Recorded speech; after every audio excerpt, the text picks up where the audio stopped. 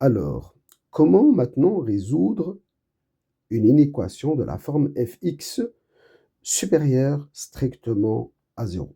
Alors, bien sûr, on est toujours dans la même situation. Le a, il est positif et le delta, il est positif, c'est-à-dire il y a deux zéros. Alors, ici, nous avons toujours le même graphique de la fonction dans cette situation-là. Donc, vous avez la concavité qui est tournée vers le haut, vous avez le premier zéro et le deuxième zéro, et vous avez le tableau de signes ici. Alors ici, qu'est-ce que je cherche dans mon inéquation?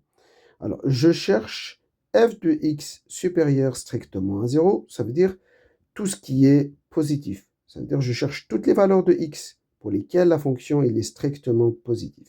Alors là, je vais venir dans mon tableau de signes et je vais regarder ce qui se passe maintenant. Où puis-je trouver le signe plus? Parce que c'est ce que je cherche. Donc je cherche le signe plus, je regarde dans mon tableau de signes. Alors j'ai le signe plus là et là. Donc, je peux déduire alors l'ensemble des solutions. C'est toute cette partie-là. Alors, je parle de cette partie-là et toute cette partie-là. Alors, je m'excuse. Donc, c'est toute cette partie-là. Alors, le x, il n'est pas compris, le x1.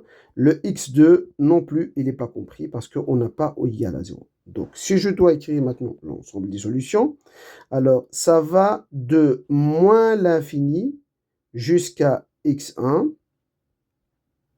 Alors le x1, il est non compris. Le moins à l'infini, il est aussi non compris. Il est toujours non compris. L'infini, donc que ce soit plus l'infini ou moins l'infini, et ne sont jamais compris dans l'ensemble des solutions, dans l'intervalle.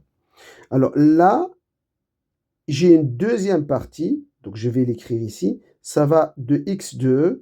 Alors x2, la même chose, il n'est pas compris, jusqu'à plus l'infini non compris.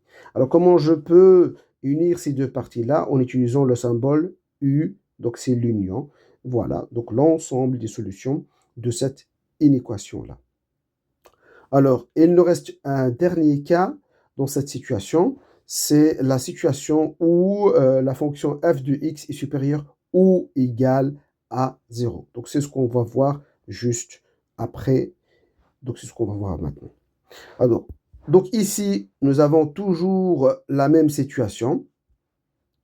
Nous avons toujours donc le a qui est strictement positif et le delta qui est strictement positif. Alors, ça correspond à quelle situation? J'ai toujours le même graphique et j'ai toujours le même tableau de signes. Alors, je regarde maintenant, j'analyse mon inéquation. Dans mon inéquation ici, qu'est-ce que je cherche? Je cherche tout ce qui est supérieur à 0, c'est-à-dire positif, et tout ce qui est nul, c'est-à-dire 0. Donc, je cherche ces deux-là. Alors, ces deux-là, je vais aller les chercher dans mon tableau de signes. Quand je cherche le plus et le 0, donc c'est ça.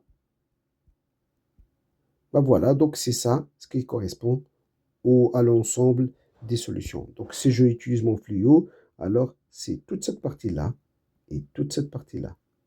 Donc, si je dois maintenant écrire l'ensemble des solutions, ça va de moins l'infini, alors moins l'infini, c'est toujours non compris, jusqu'à x1. Cette fois-ci, le 0, je l'ai colorié parce que je dois le prendre. Ça veut dire qu'il est compris le x1. Parce que n'oubliez pas qu'on regarde les x. Donc, la deuxième partie maintenant, ça part de x2 jusqu'à plus l'infini. Plus l'infini non compris, mais x2, il est compris.